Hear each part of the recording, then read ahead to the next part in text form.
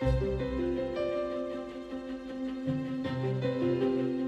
normal entrepreneurial future is one that is filled with excitement and with fear. And I want to talk about the fear aspect of this, that unless your future has some fear in it, you're dying. For one thing, you're not aspiring to anything better than you have right now in a way that's really meaningful. Both of these emotions are extremely motivating because both of them kind of involve adrenaline, and adrenaline is a very powerful drug that we all have inside of us, and it really puts us on edge, both in anticipation and also a little bit of apprehension.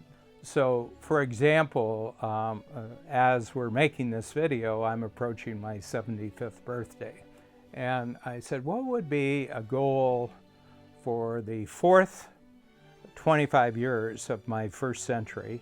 And so I'm just looking at these next 25 years, and I said, using my own definition and formula for a good goal, what would be appropriate for this fourth 25 years?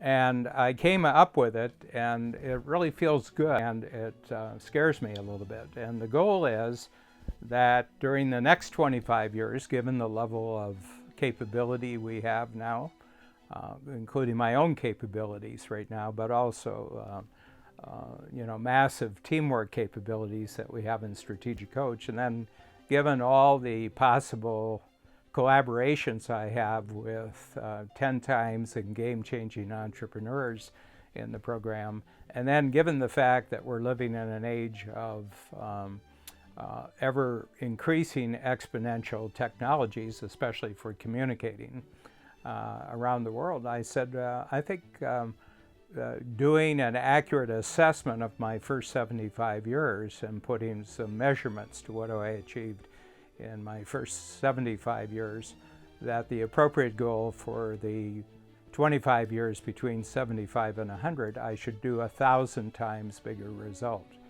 And not entirely sure exactly how I'm going to do that, but I would know how I would approach it.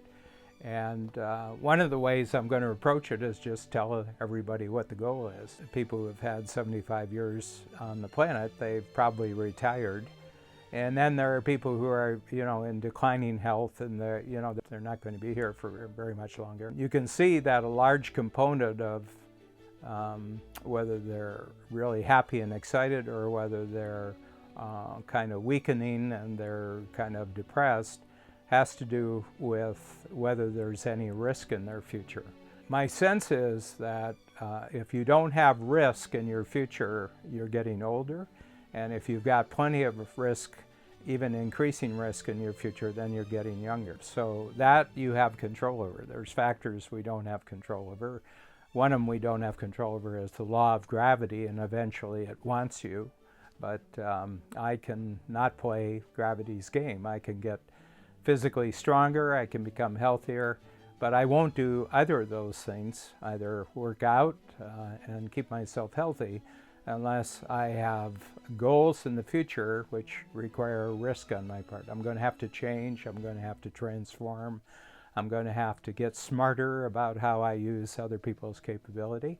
And the risk is not that I'll fail, the risk is that I won't pull off what I have in mind. It's an interesting thing to be 75 and far, far more excited about your future than you were at any point in the first 75 years. And that's exactly the way that I'm feeling right now, because my future has a lot of risk in it.